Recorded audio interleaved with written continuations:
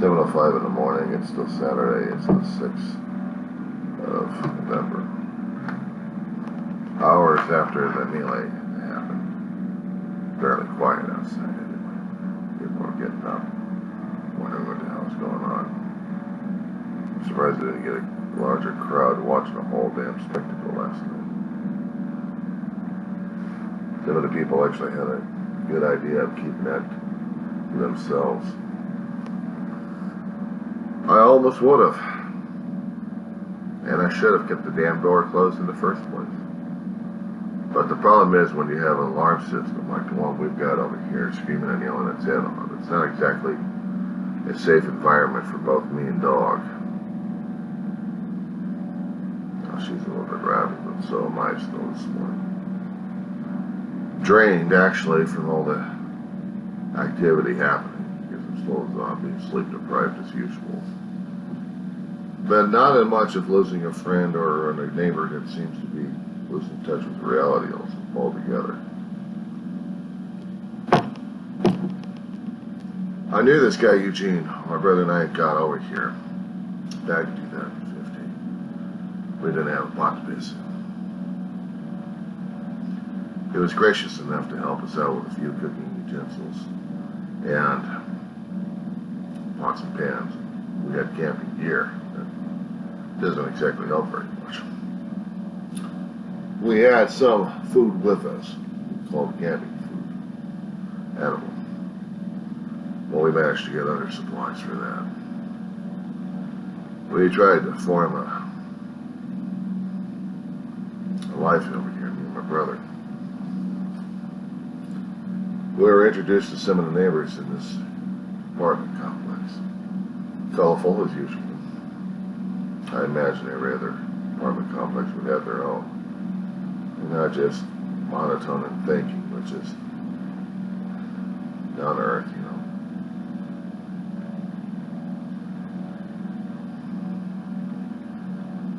know. It was nice seeing some of them like that. Over the years,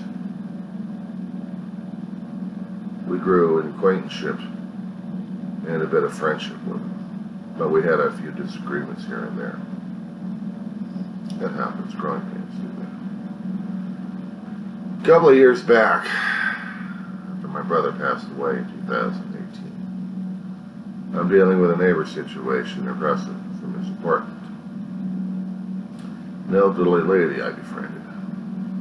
I don't know how long she's been living there.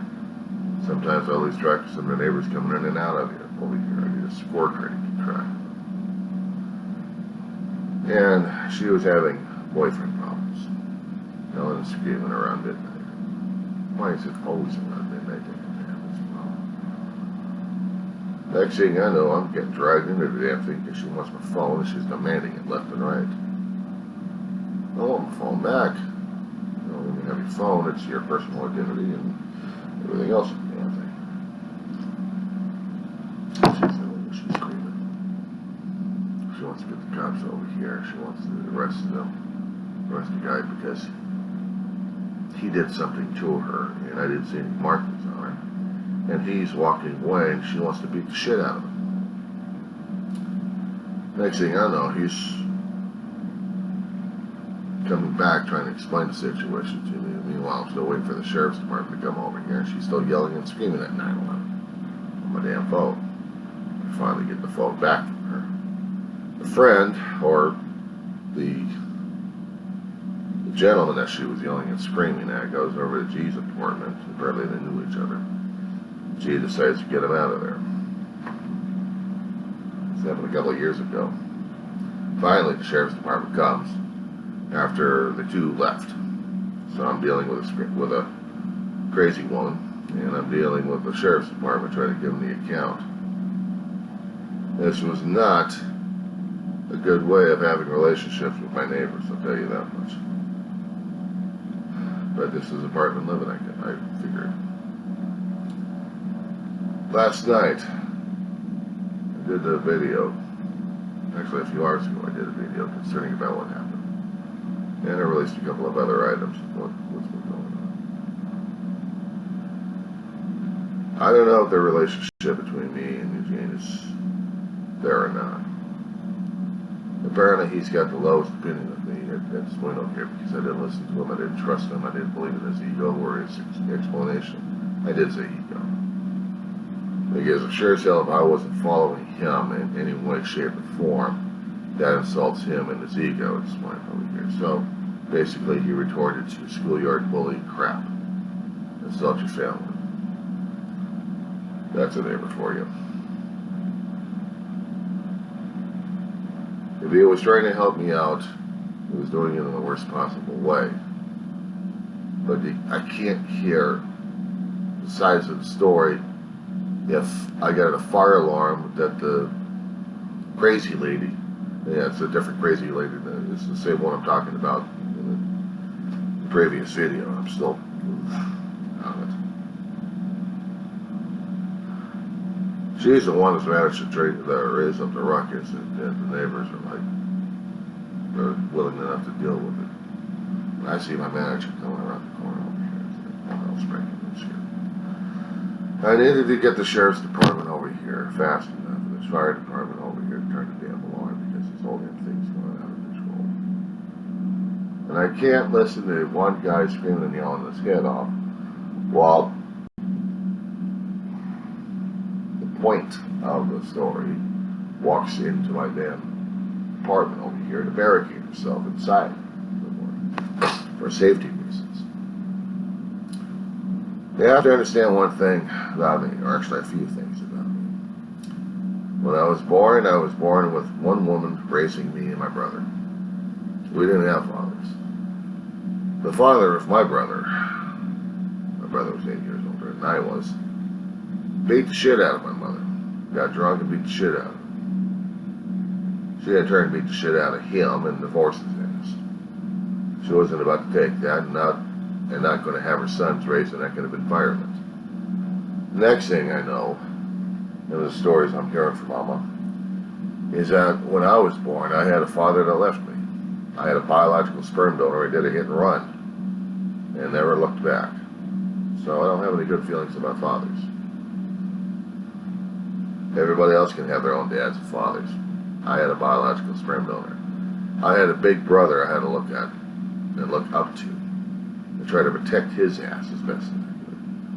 And what my mother was trying to tell us both is try to respect women as best as you can and as best as you can. You don't hit them. And if they're in trouble, you help them out. Because of her personal experiences, she grafted it onto me and my brother. And we kept it ever since. So the last night, when I see the woman freaking out like crazy and having a conniption fit, or probably high on drugs or something like that, I knew that there was a problem that the cops would have to get into and get her off the damn property. But in order to get things worked out, it has to be calmed down. We have to have a de-escalation. And unfortunately, my neighbor doesn't believe in de-escalation. He believes in escalation.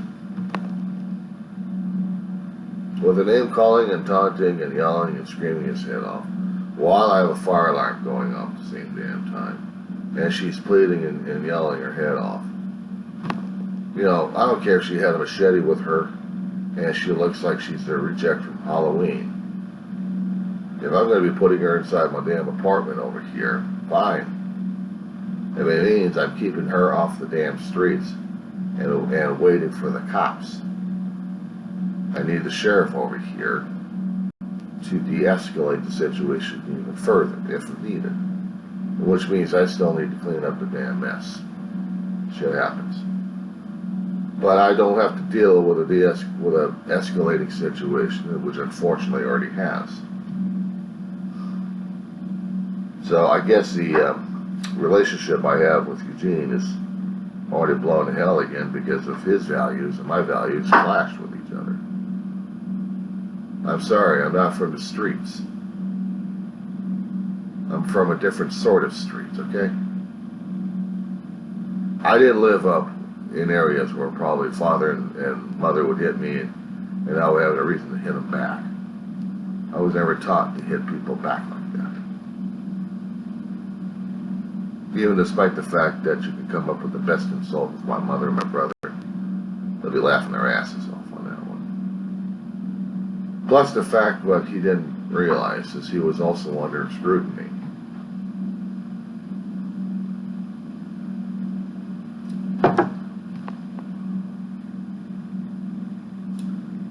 If I had done a move, I had sheriff's department over there as the buffer, but they would also be the ones arresting as well. And I reacted, and they reacted. I wasn't about to push it any further. And the safe spot would be hanging around management, because that's the safe spot. My apartment was a combat zone, but so was outside. But me going after people left and right only demonstrates something. I'm not that stupid. I may be a cripple. I ain't that stupid. Especially if we still have working cameras in this place. And I'm not pushing it. And if we have sheriffs on the scene, and you have somebody still mouthing off left and right, the sheriffs are just going to hear the mouthing off left and right, but it's other ears and other eyes are also gauging and monitoring.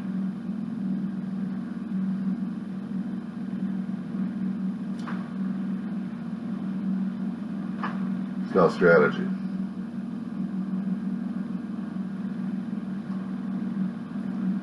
I know it sounds like human arrogance on my part. When you wake up a guy at 12 o'clock in the morning with the fire alarms going off, and either I'm thinking, it's neighborhood brats again, this complex are driving me crazy, or we actually have a real fire. But if we don't have a real fire, then who's the schmuck pulling all the damn alarm switches down and breaking them?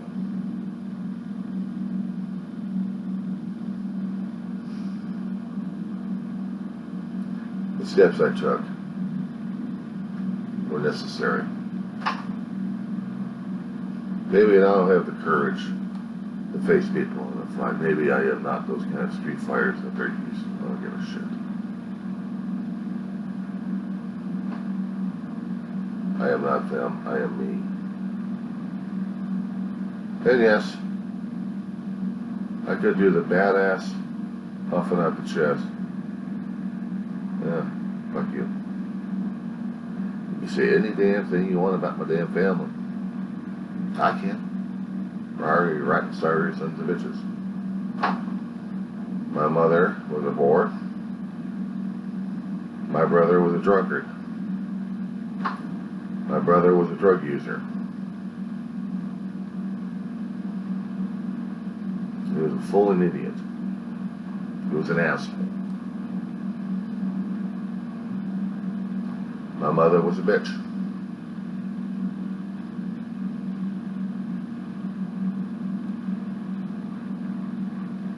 My mother was a whore.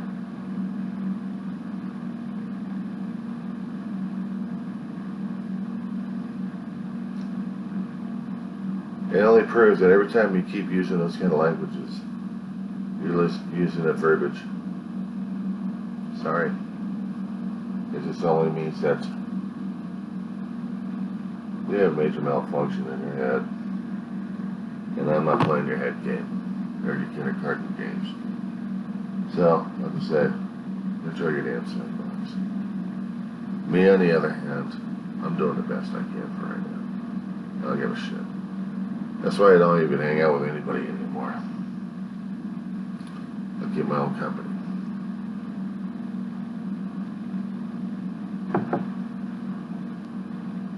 Yes, it'd be easy enough to quote-unquote move, but if there's no available spaces to move into, that's a different story altogether.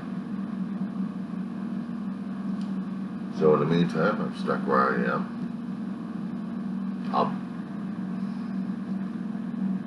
I'll tell you at times, that I've had emotional outbursts left and right. Some days I feel I'm okay, and other days I'm an emotional wreck. But why say this? Because I've already been saying this, and people just don't pay attention. I guarantee. They only want to pay attention to the people that they can actually be,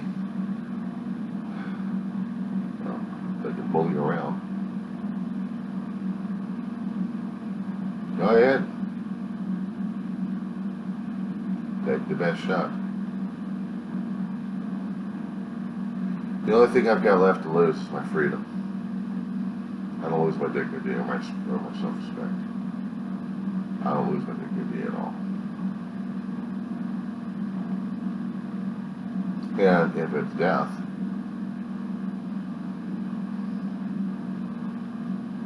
I'm not afraid. Because I have all my family upstairs waiting for me. I'm not afraid. I'm only afraid of what I'm going to do that'll be curtailing my freedom for the amount of limited time I've got left on this earth. That scares me even more. See, for a person who has lost everything, that's the dangerous person right there. Because there's nothing else left to care about.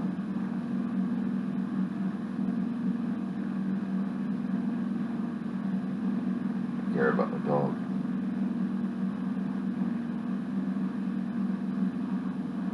It's a great deal.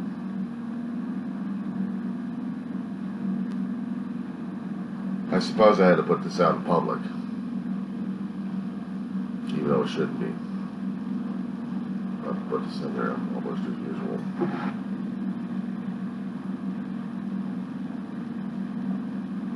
Publish it when it needed to be.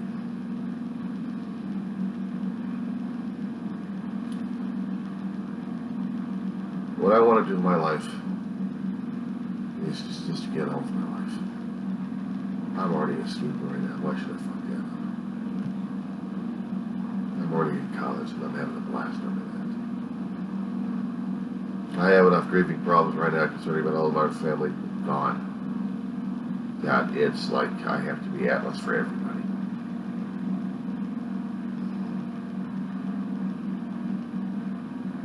Johnny does everything. Yeah. Johnny has to deal with everything as well.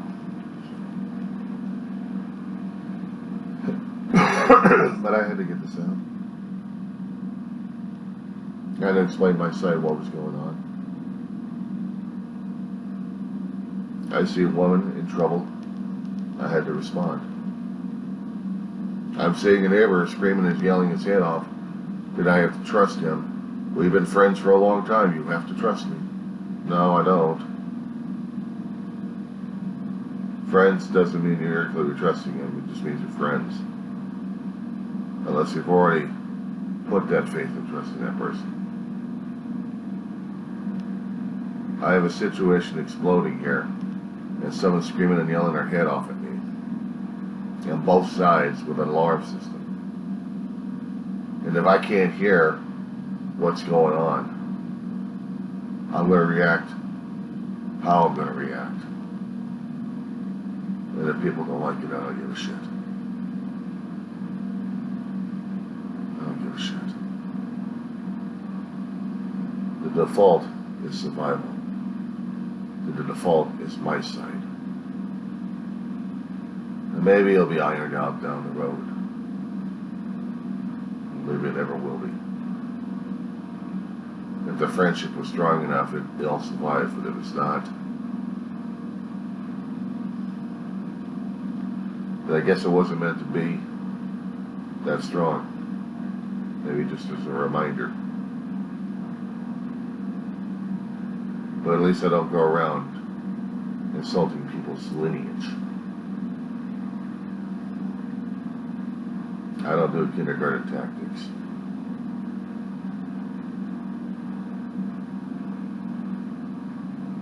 And getting me up at 12 o'clock in the morning is not conducive to anybody. We're trying to see Roseman, California.